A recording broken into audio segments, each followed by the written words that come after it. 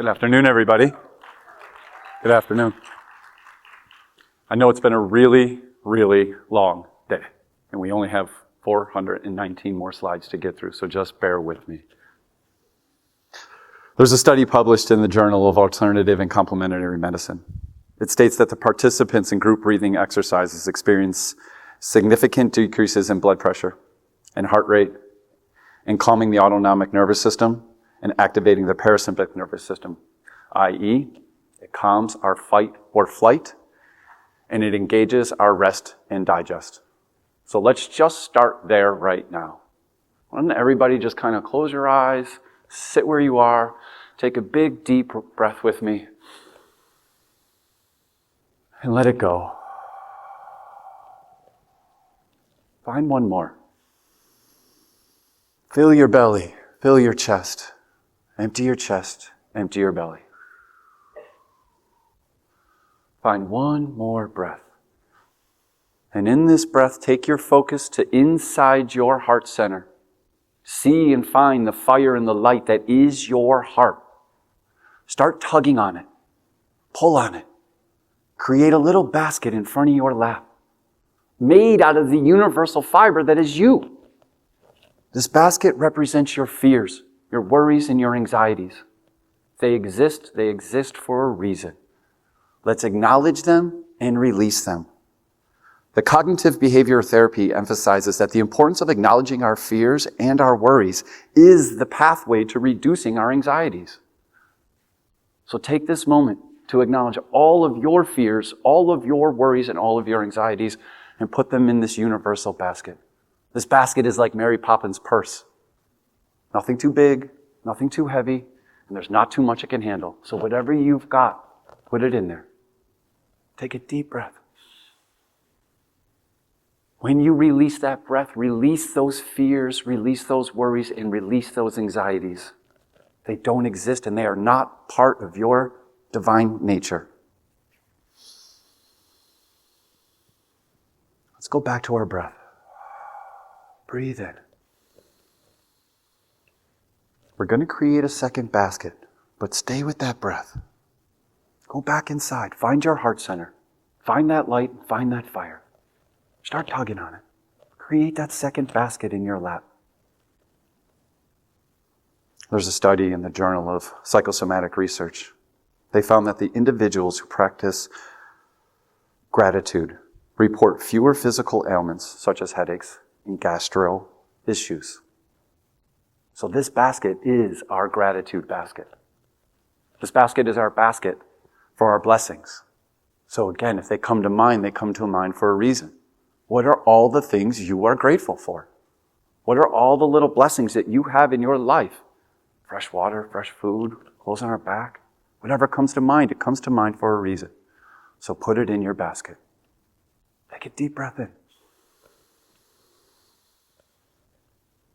Let it go. Let the basket go. You're not giving up on your gratitude. You're not giving up on your blessings. You're not letting them go forever. You're just acknowledging them. You're honoring the fact that this is part of your truth and is part of your life. There's a beautiful quote. It's been said by many people many different ways, but we teach that what we need to learn. For over 10 years, I've been teaching about personal vibration and how it reflects your professional abundance, while never actually feeling like I was abundant or being who I was. So what did I learn during the process of teaching all these things that I was meant to learn? I learned that you matter. I learned that your voice matters. The things that you think, speak, and do matter. And in a world of YOLO where nothing matters, that's the lie. Because we matter. For years, I've struggled to find my niche. I struggled to get in where I fit in. From 17 to 40, I had over 70 different jobs. It was very clear to me I was not fitting in. Because I was trying to be something that I was told I needed to be instead of just being what I was.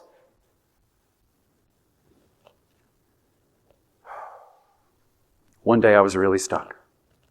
I was really trying to find my niche. I could no longer live the way that they told me I needed to live.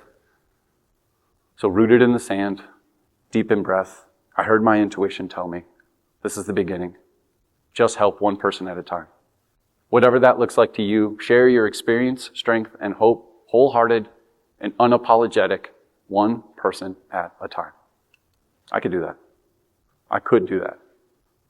But I didn't know when or how. A couple months later, 2 weeks before Christmas, I was fired from my job. Now I know when. Right now. That was the time. Right now was the time to be me. I could no longer work for other people. I could no longer be told what to do or how to be. That it finally had reached an impasse, and it was time. I had no money. I had no job. I had no credit cards. I had no family to reach back on. And the only thing I had was a car that I had paid off. So I took a car total loan out to pay my rent, buy a tent, buy a table, and make some high vibrational products to start selling at farmers markets. For years, I had set up 3 to 5 days a week just to see whoever was brought to me. Who could I shift one person at a time, regardless of what they bought? For years of showing up this way, it gave me the experience I was hoping to be me, but I was still never abundant. I still never made that money, but I at least felt like I was finally being of service. How do you reconcile the two? The reason why I never made money is because I felt like I needed to make money. Money is not the thing that makes us what we are. Love is what makes us what we are. I wasn't in love, I was in search for money. And as a result, I always kept it at arm's distance.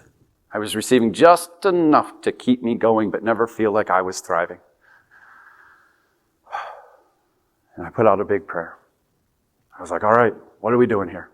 I need this to shift. I put out this huge wish for my business to shift in all these areas.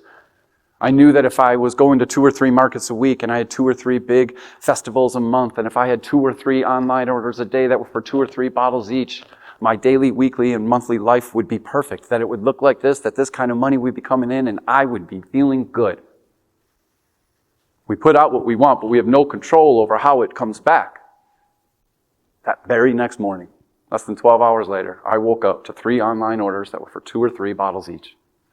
I was so excited. I boxed everything up with the amount of excitement like a little kid at Christmas. I could not believe that this wish had been answered so fast. I went outside, got to my car, getting ready to go to the post office. My car, my vending business, and everything in it was stolen that night. I had absolutely nothing. The prayer wasn't the only thing answered that night. And my car wasn't the only thing taken from me that night. My anger was taken from me that night. That initial reaction of, how could this happen? Was immediately replaced with, 10 minutes ago you were laughing. 10 minutes ago you were in the house so elated that this prayer was answered in a way that was undeniable. How could this not be part of that answered wish? And what I remembered through all the books and all the classes and all the teachers that I've had was, you have to remove that which is in the way so that the new can come in. I knew that this old energy had to leave so that this new energy could come in. I was the one that asked for this new energy to come in, so I had to be prepared for anything that was in the way to leave. So not only did I lose everything, but I gained everything that day. I still had to go to market. I still had to show up, but I had nothing to give, nothing to sell. What was I going to do? That day I finally decided to just be me. That day I decided that it didn't matter what anybody thought about what I was doing. I couldn't make money. There was no money to be made. So I just showed up to be wholehearted and unapologetic. Those 2 words will save your life. Wholehearted and unapologetic. I don't care what you think about my expression of me. We all know how hard it is to be who we are. Our own thoughts get the best of us. How are we going to care what other people's thoughts are about us as well? When I finally showed up, when I finally received this gift of my voice, I realized in that moment I'd been doing it for years, one at a time, one at a time, one at a time. It was too much. I was tired. But that's what I had asked for this whole time. And now that I have it, I'm tired and I don't want to do it anymore. This is the winds of change. Change is always happening. It's the only thing that we can constantly rely on. We are guiding the winds of change with our thoughts, words, and actions. Where did I want this ship to go? I loved what I did. I need to shift the spirits one person at a time.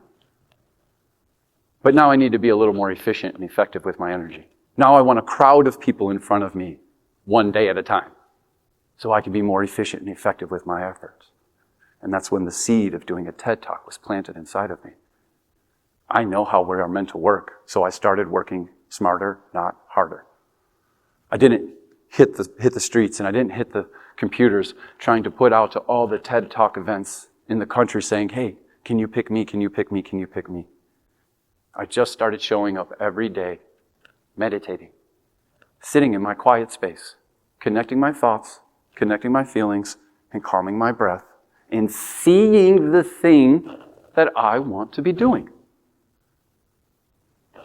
I also started exchanging tips, actual physical gratuities, money. I don't want it. I started exchanging the couple dollars that people wanted to give me to show me their gratitude for just a little bit of their time, energy, and focus. Because I know that being in on each other's dreams is more powerful than the couple dollars that they wanted to give me to create change anyway. Being in on each other's dreams matters. But if you don't know who you are, and you don't know what you are, how can you recognize when your dreams start to come in? How can I ask you to hold vision for my dream if I don't even know who I am or what I want? Who are you? What do you want? What do you really want? There is a vibrational difference between those two questions. And there's only one word different. What do you really want? What do you want means the things you are willing to settle for. The things you believe you can receive. What other people want for you. What you really want is your heart's true desire without any obstacles in front of you. Money is an obstacle. Our age, race, or sex is an obstacle. It's already been said tonight. None of that matters. There are no rules. What do you really want? Give yourself permission to speak it. Give yourself permission to share it with those that are going to be in on it for you. And then before you know it, one day, you'll be standing there doing whatever it is that you're doing. Oops. Yep, we'll just leave it there. And as a result, I'm standing at market. Just being me, doing what I do. This young woman walks up to me and says, you may not remember me, but last year we spoke. And during that time, I was dealing with some very negative mental patterns. And our conversation changed me forever. That those mental patterns are no longer obsessing my thoughts, and that your words are now replace those negative patterns with a positive thought. That's what they always say. You're never going to believe this. But it's the way it is. So I knew what she was getting ready to say. Well, what I didn't know she was getting ready to say was, my mom could really use some help. I think she would really benefit from talking to you. Can I bring her next week? Absolutely is always my answer. Because that's what I'm here to do. So yes, bring mom, please. Next week, mom's standing there with daughter's holding space. Within moments, mom's feeling the goosebumps and tears. And she goes, wow, thank you so much. Can I bring my friend to see you next week? Because I think she would really benefit from talking to you. And she's a really tough nut to crack. Absolutely. It's been my experiences that the toughest nuts to crack are the easiest to crack. So just 7 days later, the friend's standing in front of me, and moments later, she's feeling the goosebumps and tears. Now, with the daughter holding space 3 weeks in a row, turned and looked at me and said, you're so good at this. Did you ever think about giving a TED Talk? Absolutely. Every day. Every day I think about it, every day I feel it, and every day I share it with others so that they would share it amongst their hearts. If you don't know who you are, how can your dreams come true? Being you is the only thing that matters. You will miserably fail trying to be anybody and anything you aren't. And the only thing you will ever crush is being yourself. Be yourself. Love yourself. Let others be themselves. Love them for who they are. And please know, please, you're going to mess up every single day. Every single day, every single one of us is going to fail and fall short of the mark we were attempting to hit. That is part of the creative process. Do not let it take you from your heart to your fear. What were you meant to learn from it? How is it going to make you stronger and better? And put that forward. And as a result, we will watch us evolve into something more individually and then collectively. Thank you.